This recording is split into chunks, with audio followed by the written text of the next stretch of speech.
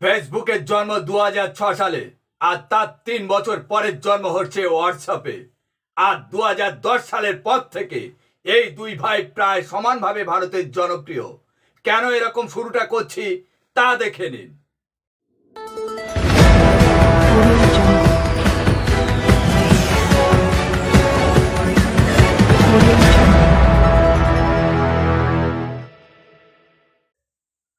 সবাইকে শুভেচ্ছা ও ভালোবাসা জানিয়ে আমি আফতাব হালদার।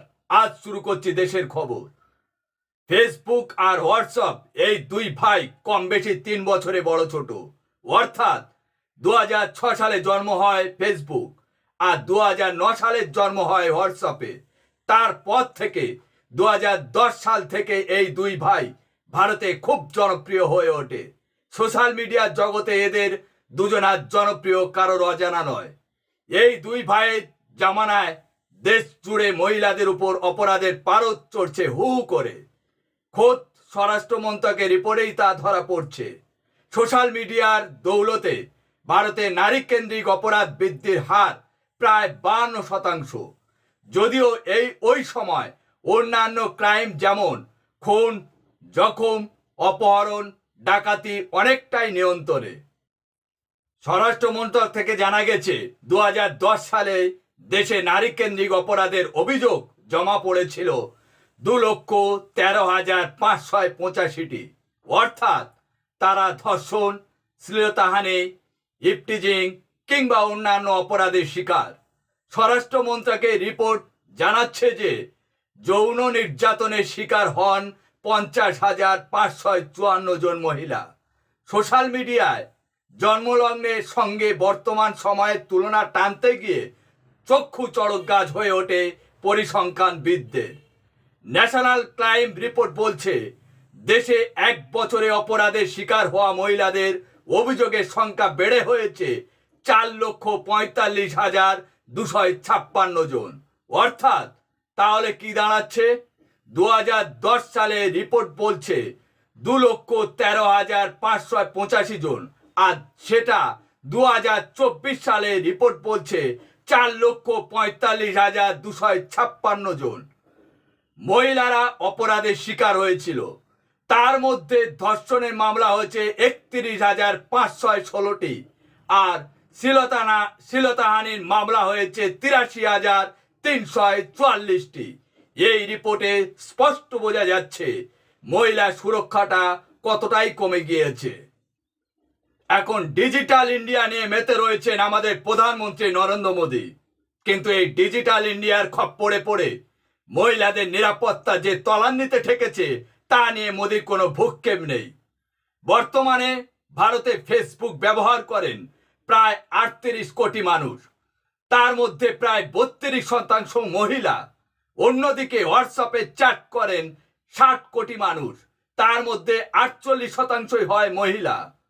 অপরাধবিদদের মতে বা তাদের রিপোর্ট বলছে সোশ্যাল মিডিয়া ব্যবহার করে 32 থেকে 35 বছর বয়সী কিশোরী যুবতীরা বেশি। আর তারই টার্গেট হচ্ছে প্রতি মুহূর্তে অপরাধীদের কাছে।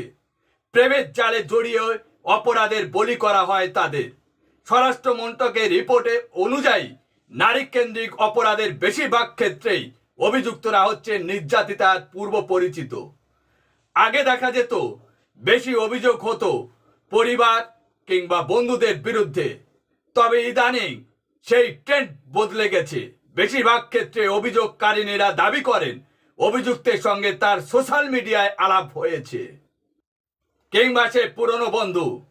মাঝে বেশ কিছুদিন যোগাযোগ না থাকলেও ফেসবুকের মাধ্যমে ফের আলাপ জমে ওঠে, তাদের ঘনিষ্ঠতাও বেড়ে যায়।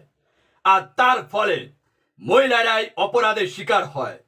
এখন আমার প্রশ্ন হচ্ছে যে কোনো জিনিসের ভালো দিক আছে আবার খারাপ দিকও আছে। আমি মহিলাদের উদ্দেশ্যে বলবো, আগেই বলে দিই আমাকে খারাপ ভাববেন না। মহিলাদের উদ্দেশ্যে বলছি, আপনারা সংসার দেখভালের জন্য কতটা সময় খরচ করেন তা আমি বলতে পারবো না, তবে এটুকু বলতে পারি আপনারা 24 ঘন্টার মধ্যে অন্তত 10 ঘন্টা সোশ্যাল মিডিয়ার মধ্যে পড়ে থাকেন। এটা আপনাদের নেশার পরিণত হয়ে গেছে। আপনারা সত্যি বলুন তো, যদি সৎ সাহস থাকে তাহলে কমেন্ট করে আমাকে জানাবেন। আমরা মা কাকিমাদের যেভাবে দেখে এসেছি, সংসারের প্রতি তাদের আলাদা টান, সুখ দুঃখ সবকিছু তারা হাসি মুখে স্বীকার করে নিতেন, তা কিন্তু এখন আমার চোখে পড়ছে না। বেশিরভাগ মহিলারা আবেগে ভাসছে বা আবেগে উঠছে, আর এই আবেগকে কাজে লাগিয়ে অপরাধীরা তারা তাদের মনের বাসনা পূর্ণ করছে। মহিলাদের বলবো, আপনারা মোবাইল ব্যবহার করুন প্রয়োজনে, অপ্রয়োজনে আবেগে গা ভাসিয়ে দেবেন না। অপরাধীরা তারা তো সুযোগ খুঁজবেই, তাই আপনাদের সাবধান হতে হবে আগেই।